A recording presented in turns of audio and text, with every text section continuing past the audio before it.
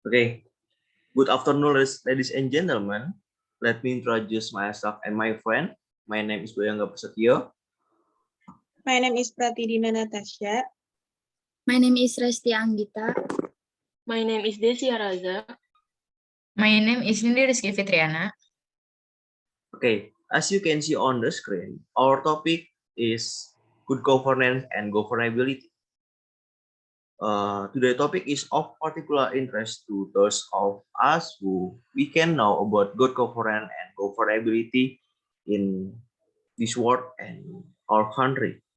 Okay, we will begin by explaining the preliminary about good governance and governability. Good governance currently occupies the most honorable position in development discourse. The United Nations Millennium Summit General Assembly also declared the concept of good governance. Good governance has expanded to the whole Nusantara region. It has become a symbol of Indonesia economic integration as a global standard. For those who lack English language can also pronounce good governance. Good governance is a free-range concept used by researchers. Good governance was the most popular in the late 1990s. Good governance associated with the development of the civil society. In short, the good governance movement in Indonesia actually deviates from the spirit of governance, which prioritizes accommodation, cooperation, and synergy and equality between actors. This brings a prolonged process of economic, social, cultural, and political marginalization.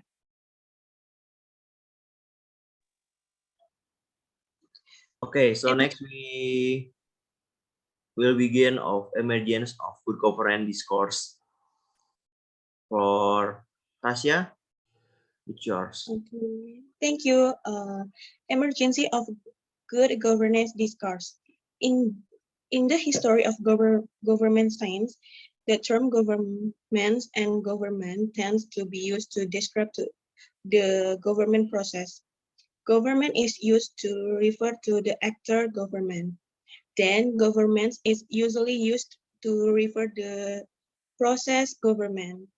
In this case, government is defined as the act of government, namely the practice of working actors called government. Since the late 1980s, the term governance began to be used with different meaning. The term governance has changed its usage from government to governance. This is to show the need for a new wave of government reform. The need for a new government reform package this time is different from the previous reforms. The term governance is used to emphasize the need for a new direction and spirit of government reform. The term governance has been used to emphasize in the significance of the needs for change in governance process, methods, and outcomes. For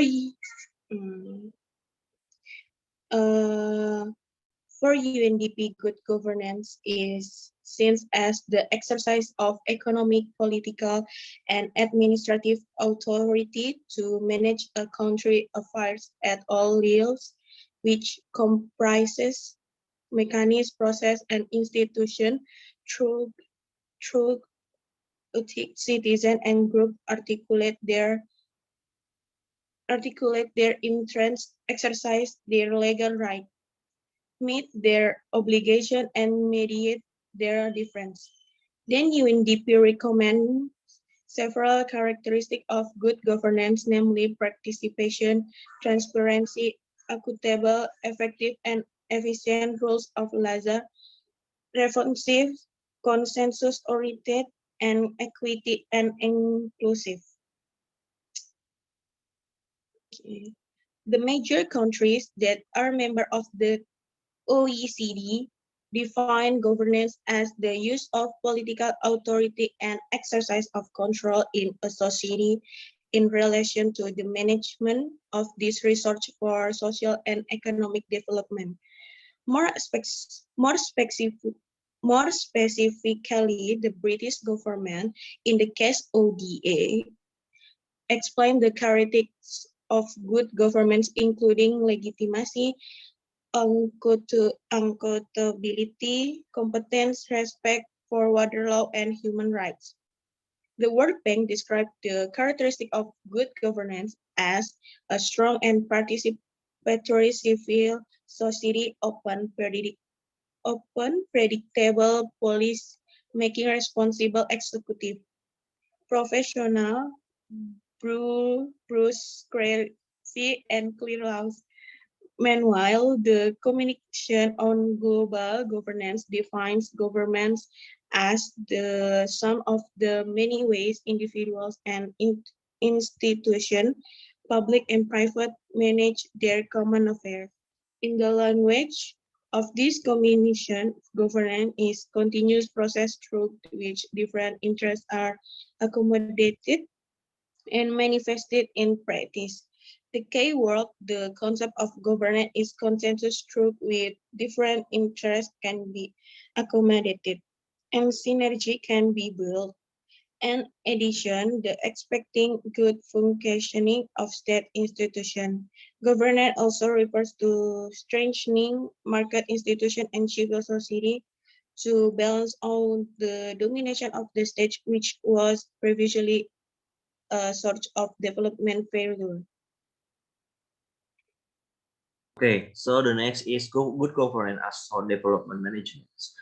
Good governance, which was defined by the World Bank as sound development management 1989, was followed by the formulation which became known as the Washington Consensus at a meeting in Washington, D.C., followed by three financial institutions of the U.S. Treasury.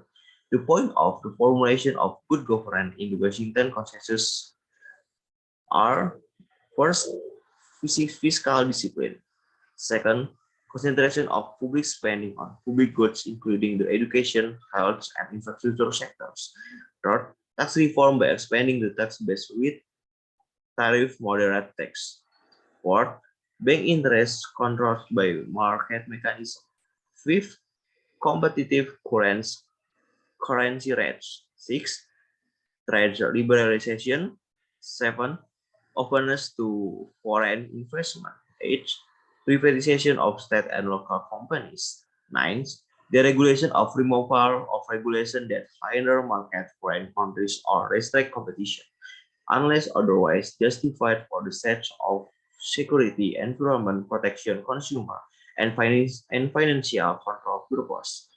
10, legal security of our ownership or property rights.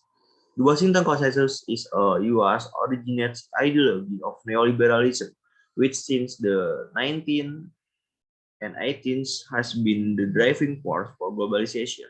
This had a profound effect on Indonesia in the late 19th and 9th, since the economic and political Indonesia in 1998. This pro-market idea has become the main reference in government reform in Indonesia. In other words, good governance is simply defined as sound development management. In this sense, good governance is limited to administrative issues that include role and institutions that encourage open, transparent, efficient, and accountable public administration. Levitz 1996.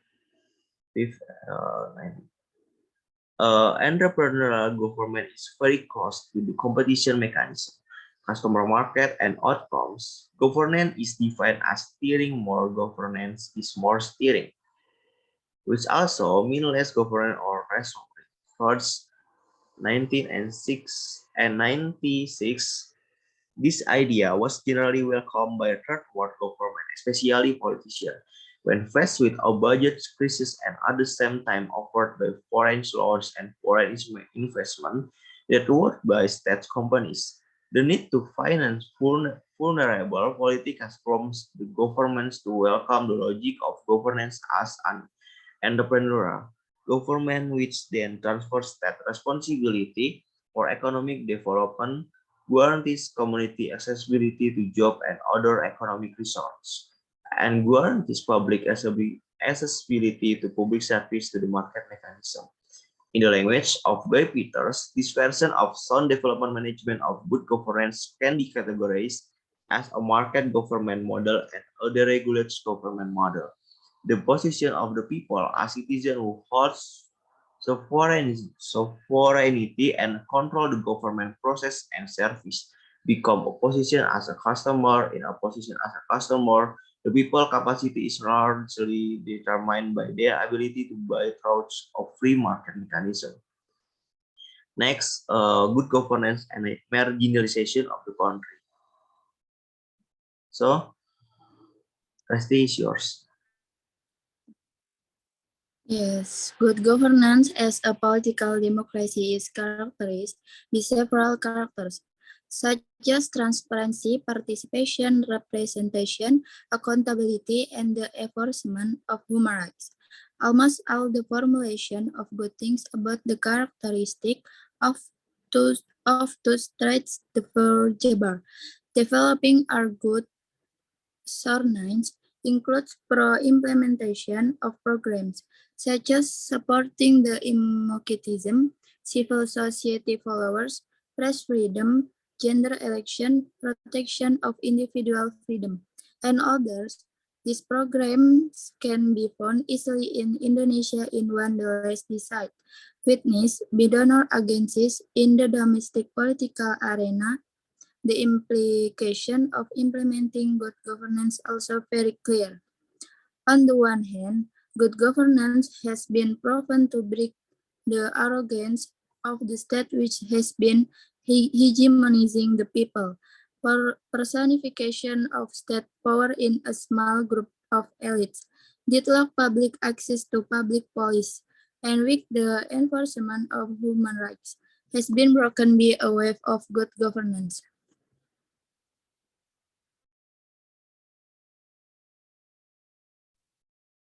Okay, conclusion. Not all problems are caused by good governance, campaigns, emphasizing healthy development management. However, there's problem development as a result of government reform ideas that were not adequately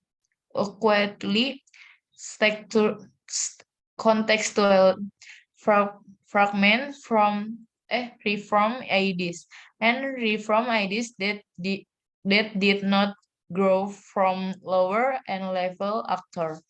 This guarantee of social and economic right cannot be treated as a product of good governance alone, but must the part of the development process good governance. According to Mahmud ul-Haq, the development of good governance need to be integrated with the context of human governments, which includes good politics, economy, and civic governance.